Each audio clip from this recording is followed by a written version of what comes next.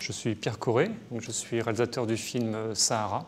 Moi, je suis venu à l'animation un peu par hasard parce que je suis un autodidacte de tout. En fait, j'écrivais pour de la publicité, donc j'étais concepteur-rédacteur dans une agence de publicité. Je me suis rapproché d'un studio d'animation qui s'appelle La Station Animation, qui était un jeune studio qui était en plein développement et qui a fonctionné avec mes envies. On a commencé à développer des petits courts-métrages, puis des séries format plus ou moins long. D'abord des séries de 1 minute, puis des séries de 3 minutes, pour arriver à des grosses séries qu'on a commencé à vendre à des chaînes de télévision.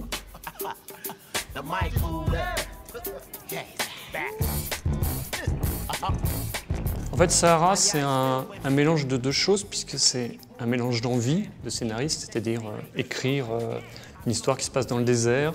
J'ai beaucoup tourné dans le désert, et c'est vrai que c'est un décor que j'aime beaucoup, qui est très épique, graphique, ce qui est important en animation, avec des personnages qu'on n'avait jamais vus dans des rôles de héros. C'est-à-dire que j'avais vraiment envie de travailler avec des anti-héros, qui sont des serpents, des scorpions, des mygales, enfin toutes les sales bestioles du désert. Plutôt que de faire un film avec des petits chats, des lapins ou des pandas, j'avais envie de me dire, tiens, eux, c'est un animal qui déclenche souvent de la haine, de la phobie, etc. Je me dis, je voudrais qu'on les aime. Mon désir d'écriture et désir de production s'est mélangé, ce qui fait qu'après, c'est un film d'aventure, de comédie d'aventure, donc il est épique, il se passe plein de choses, on traverse plein d'univers, c'est un road movie tout à travers le désert.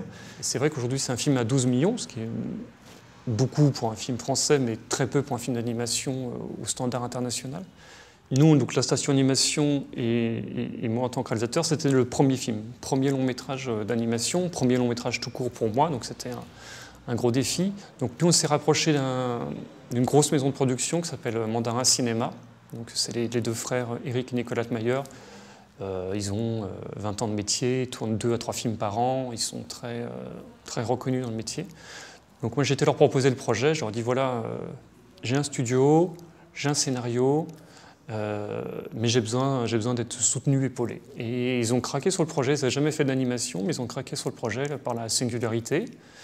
Après, ils m'ont mis une bonne petite pression à l'écriture, on a beaucoup réécrit ensemble, enfin, ils m'ont beaucoup donné d'indications, on a fait 14 versions du scénario, pour être précis, plus d'1 an d'écriture. Et après, c'était leur force de conviction et de crédibilité qui fait qu'assez vite, on a eu des portes s'ouvrir et des gens s'intéresser au projet. Je ne suis pas petit et on n'est pas mignon. On a la chance d'être un peu dans l'âge d'or de l'animation, on sent que les gens ont envie d'en voir, ils sont cultivés sur le sujet, enfin, ils connaissent plein de films de plein de pays, ils connaissent l'animation japonaise, ils connaissent l'animation américaine évidemment, mais aussi des pays émergents.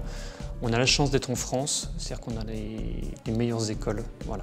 Moi je vois chaque année des élèves incroyables qui sortent d'écoles un peu partout en France.